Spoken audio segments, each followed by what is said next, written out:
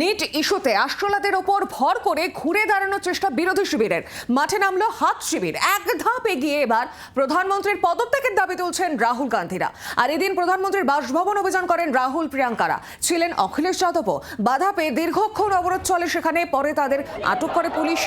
এদিন মমতা বন্দ্যোপাধ্যায়ের তরফেও আশরাফের পাশে থাকার বার্তাও এসেছে। আর এই অবস্থায় প্রশ্ন ফাঁস দিয়ে এসেছে প্রধানমন্ত্রীর কড়া বার্তা। শুনবো রাহুল গান্ধী গতকাল ঠিক কি বলেছিলেন।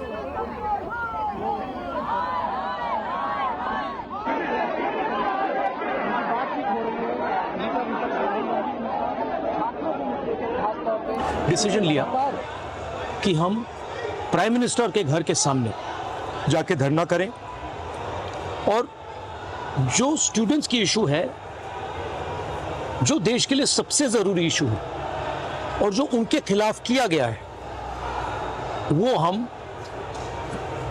नेशनल अटेंशन में लाएं और प्राइम मिनिस्टर का घर के सामने जाके करें। मेरा मोदी जी से एक सजेशन है एज एलओपी, कल जो हुआ, जो आपकी सरकार ने, आपके होम मिनिस्टर ने किया, उसके लिए आप देश के स्टूडेंट से माफी मांगिए और जल्दी से जल्दी एग्जामिनेशन सिस्टम और एजुकेशन सिस्टम्स पर रिफॉर्म शुरू कीजिए। आप सब ने हमारा समर्थन किया। सारे लोग जो स्टूडेंट्स की इशू के लिए लड़ रहे हैं, एक साथ लड़ रहे हैं, मैं आप सबका दिल से धन्यवाद करता हूं। আমরা শুনলাম রাহুল গান্ধীর বক্তব্য।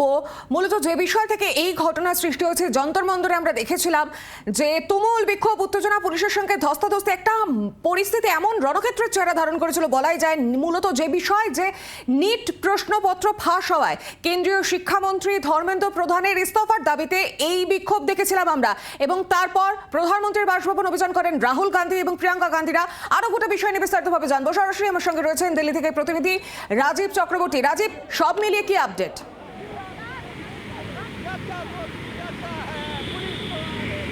দেখো, আমরা জানি যে ককরোচ জনতা পার্টি তারা যন্তর মন্তরে বিক্ষোভ দেখাচ্ছিল এবং ঠিক দুদিন আগে তারা সেখান থেকে যন্তর মন্তর থেকে সংসদ ভবন অভিযান করেছিল। আর সেই অভিযানকে কেন্দ্র করে ধুমধুমার কাণ্ড বেঁধেছিল। পুলিশের লাঠিচার্জ, কাঁদানে গ্যাস ফাটানো হয় এবং শুধু তাই নয়, সংসদ ভবনের নিরাপত্তা কার্যত প্রশ্নের মুখে চলে আসে। এই ঘটনায় পুলিশি বর্বরতার অভিযোগ উঠেছে এবং পুলিশি নির্যাতনের অভিযোগ উঠেছে। তাকে সামনে রেখে আমরা দেখেছি সারা দেশের বিভিন্ন রাজনৈতিক দল তারা প্রতিবাদ করেছে। আমরা দেখেছি সমাজবাদী পার্টি তারা যন্তর মন্তরে গিয়েছে এবং কংগ্রেসের তরফ থেকে গতকাল বিকেলবেলায় তারা প্রধানমন্ত্রীর বাসভবন 7 নম্বর লোককল্যাণ মার্গের উদ্দেশ্যে রওনা হয়েছিলেন। এবং এই যে পদযাত্রা, তার উদ্দেশ্য ছিল পুলিশি বর্বরতার প্রতিবাদ করা, কেন্দ্রীয় শিক্ষামন্ত্রী ধর্মেন্দ্র প্রধানের ইস্তফা দাবি করা এবং পুলিশি বর্বরতার প্রতিবাদে কেন্দ্রীয় স্বরাষ্ট্রমন্ত্রী অমিত শাহর ইস্তফা দাবি করা। কিন্তু সেক্ষেত্রে দেখা যায় সেখানে পুলিশ জবরদস্তি করে বলে অভিযোগ। আর এই ঘটনার পর পুরো বিষয়টি অন্যদিকে মোড় নেয়। রাজনৈতিক দলগুলি, বিশেষত বিরোধী রাজনৈতিক দলগুলি, তারা এই ককরোচ জনতা পার্টির সমর্থকদের উপর অত্যাচার হয়েছে এমন অভিযোগ তুলে তারা রাস্তায় নামেন এবং আজ সংসদে এই বিষয়টি ওঠার সম্ভাবনা রয়েছে। ইতিমধ্যেই বিভিন্ন রাজনৈতিক দলের তরফ থেকে সংসদে নোটিশ দেওয়া হয়েছে আলোচনার জন্য। তোমাকে জানিয়ে রাখি যে তারা আলোচনা চাইছেন এবং এই আলোচনা হওয়ার অর্থ কিন্তু সংসদ উত্তাল হওয়া। এমনিতেই গতকাল সংসদ অধিবেশন ঠিকঠাক চলেনি এই ইস্যুকে কেন্দ্র করেই। আর তারপর গতকাল সন্ধ্যেয় যে ঘটনা ঘটেছে, রাহুল গান্ধী, প্রিয়াঙ্কা গান্ধীকে পৃথক পৃথক থানায় নিয়ে গিয়ে আটকে রাখা হয়েছে। গভীর রাত পর্যন্ত রাহুল গান্ধীকে কার্যত রাস্তায় ফেলে টেনে হিঁচড়ে টেনে নিয়ে যাওয়া হয়েছে, এমন সব অভিযোগ উঠেছে। অনেকে নিন্দা করেছেন। তৃণমূল কংগ্রেস অর্থাৎ কালীঘাট তৃণমূল কংগ্রেসের তরফ থেকে ইতিমধ্যেই লোকসভায় এবং রাজ্যসভায় নোটিশ দেওয়া হয়েছে। তারা এই বিষয়টিতে আলোচনা চান, অর্থাৎ এই ককরোচ জনতা পার্টির যে আন্দোলনকারী তাদের উপরে পুলিশি নির্যাতন, অর্থাৎ রাজনৈতিক দলগুলো এটিকে একটা ইস্যু তৈরি করছে এবং এই ইস্যুতে সংসদ ভবন কিন্তু আজকে যে কক্ষ লোকসভা এবং রাজ্যসভা উত্তাল হওয়ার সম্ভাবনা রয়েছে।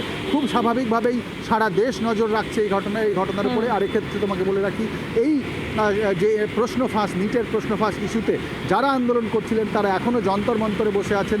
তাদের মধ্যে অনেকেই অনশন করছেন এবং এই পুরো বিষয়টিকে ঘিরে সংসদ ভবনের নিরাপত্তা আরও বাড়ানো হয়েছে। সংসদ ভবন চত্বরে চতুর্দিকে ব্যারিকেড করা হয়েছে, নিরাপত্তা বলয় আঁটাসাঁটো করা হয়েছে। একেবারে রাজীব, সঙ্গে থাকো তুমি। আমরা শুনবো রাহুল গান্ধী গতকাল আরো কি বলেছেন।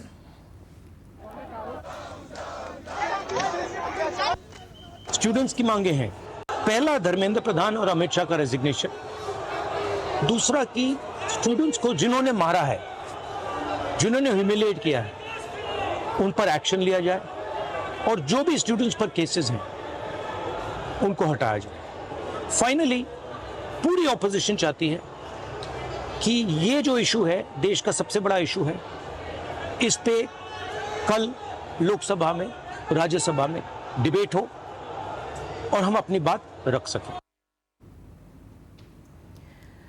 যে ছবি উঠে আসছিল যে এই যে আন্দোলন চলছে যন্তর মন্তরে, সিজেপি পার্টির যে প্রতিবাদ আন্দোলন এবং সেই আন্দোলনকে সমর্থন জানিয়েছেন বাংলার প্রাক্তন মুখ্যমন্ত্রী মমতা বন্দ্যোপাধ্যায়, এবং মমতা বন্দ্যোপাধ্যায়ের এই সমর্থনে পাল্টা প্রতিক্রিয়া দিয়েছেন রাজ্যের পঞ্চায়েত মন্ত্রী দিলীপ ঘোষ। তিনি কি বলেছেন সেটাও শোনাবো।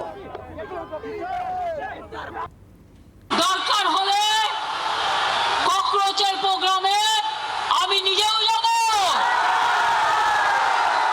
কারণ আমাদের সমর্থন প্রথম থেকেই ছিল, আছে এবং থাকবে।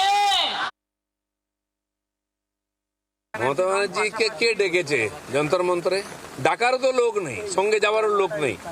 যারা ভাবছেন যে বাংলাদেশ বা নেপাল বা শ্রীলঙ্কার মতো একটা উৎপাত তৈরি করবেন, ভুলে যাবেন না এটা ভারতবর্ষ। এখানকার মানুষ অনেক চিন্তা ভাবনা করে ডিসিশন নেন। কিছু উৎপাতিয়া বিদেশি পয়সায় যারা নাচানাচি করছে, এরকম লোককে নিয়ে রাহুল গান্ধী বা আর কিছু আন্দোলনজীবী লাফালাফি করছেন, কদিন পরে ঠান্ডা হয়ে যাবে।